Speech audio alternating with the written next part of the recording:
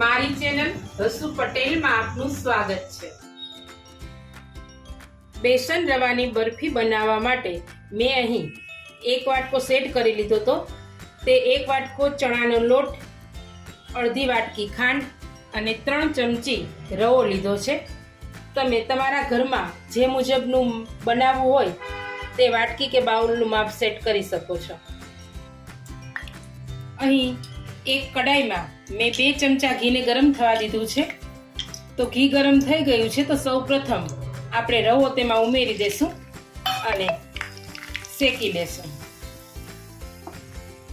ચણાનો લોટ છે એ થોડી વાર પછી આપણે ઉમેરીશું, કારણ કે ચણાના લોટને શેકાતા વાર નથી લાગતી, તરત જ શેકાઈ જાય છે। એટલા માટે 2 મિનિટ રવાને શેકી અને ત્યારબાદ આપણે ચણાનો લોટ ઉમેરીશું। તો 2 મિનિટ થઈ ગઈ છે, આપણે હવે તેમાં ચણાનો લોટ છે તે ઉમેરી દેશું અને થોડી વાર માટે ચલાવી લેશું। અહીં ચણાનો લોટ અને રવાને ઉમેરી અને આપણે સારી રીતે ચલાવી લીધું છે।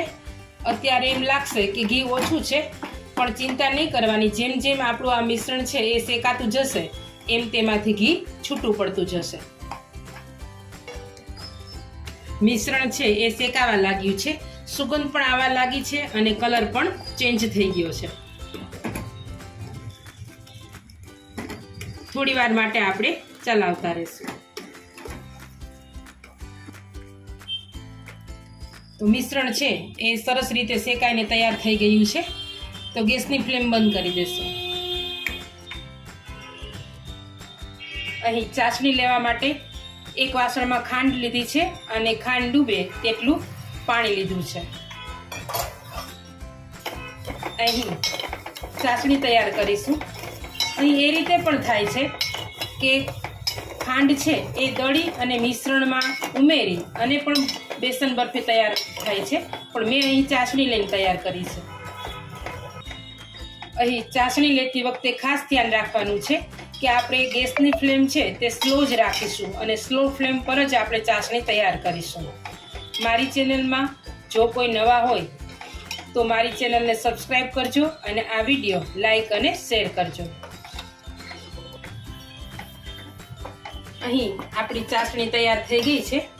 ચાસણીને આપણે એક વાટકામાં પાણી લઈ અને પણ આપણે જોઈ શકીએ છીએ કે ચાસણી છે એના ટીપા પાણીમાં ઉમેરતા આપણે જોઈ શકીએ છીએ કે આ રીતે ફેરવીએ તો એ ચાસણી છે એમનેમ જામેલી રહે છે ને પાણીમાં છે એ મિક્સ થતી નથી, મતલબ કે આપણી ચાસણી તૈયાર છે। તૈયાર થયેલી ચાસણીને આપણે મિશ્રણમાં ઉમેરી દેશું અને સારી રીતે ચલાવી દેશું। અહીં ઘીથી ગ્રીસ કરેલી ડીશ તૈયાર છે, આપણે મિશ્રણ એમાં પાથરી દેશું।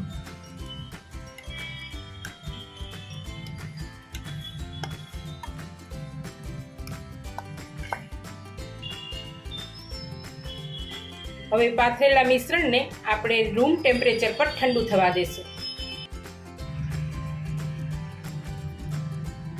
સેજ ગરમ છે ત્યાં જ આપણે તેના કાપા કરી લેશું।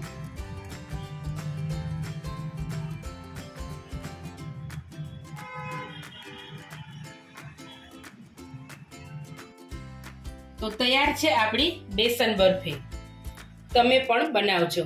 ફરી મળીશું એક નવી રેસીપી સાથે, ત્યાં સુધી આવજો। Thank you for watching.